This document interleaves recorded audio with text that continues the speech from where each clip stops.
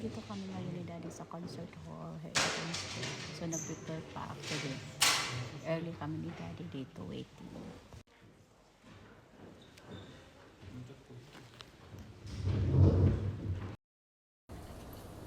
Dito kami ni Daddy ngayon sa Kingsjo.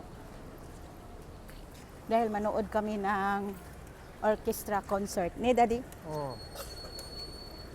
And this is mommy outfit for today.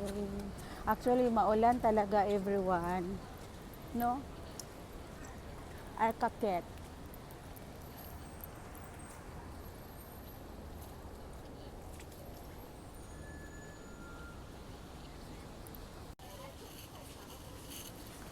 Sa Siburi kami ni Daddy nagpunta uli ako dito.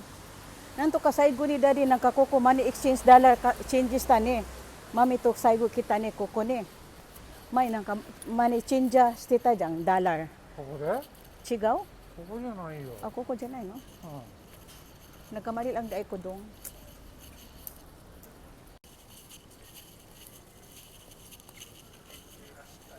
Ulan-ulan jud everyone, no?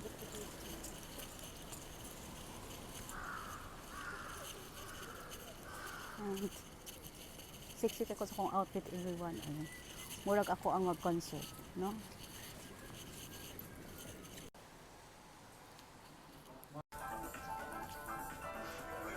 Hello everyone. Dito kami ngayon ni Daddy sa Kingsjo dahil manood kami ng concert today.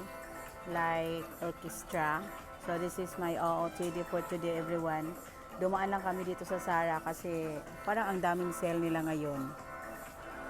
So this is my outfit for today. Magkano ba ang kailangan mo para layuan mo ang anak ko? Excuse me? Hindi po ako ganong klaseng babae. Sige, 500,000. Tingin niyo madadaan ako sa pera? Mahal ko ang anak niyo. Matatag po yung pagmamahalan na... 1,000,000. Hindi niyo ho ako mabubulan. 2,000,000. Okay, well, 3 years pa lang naman kami magkakilala. Hindi ko pa siya ganun kakilala. 4 Okay. million pesos. Actually, mukhang hindi naman talaga kami bagay. May mga red flags din ako and all that. 5 million pesos. You're a good mom.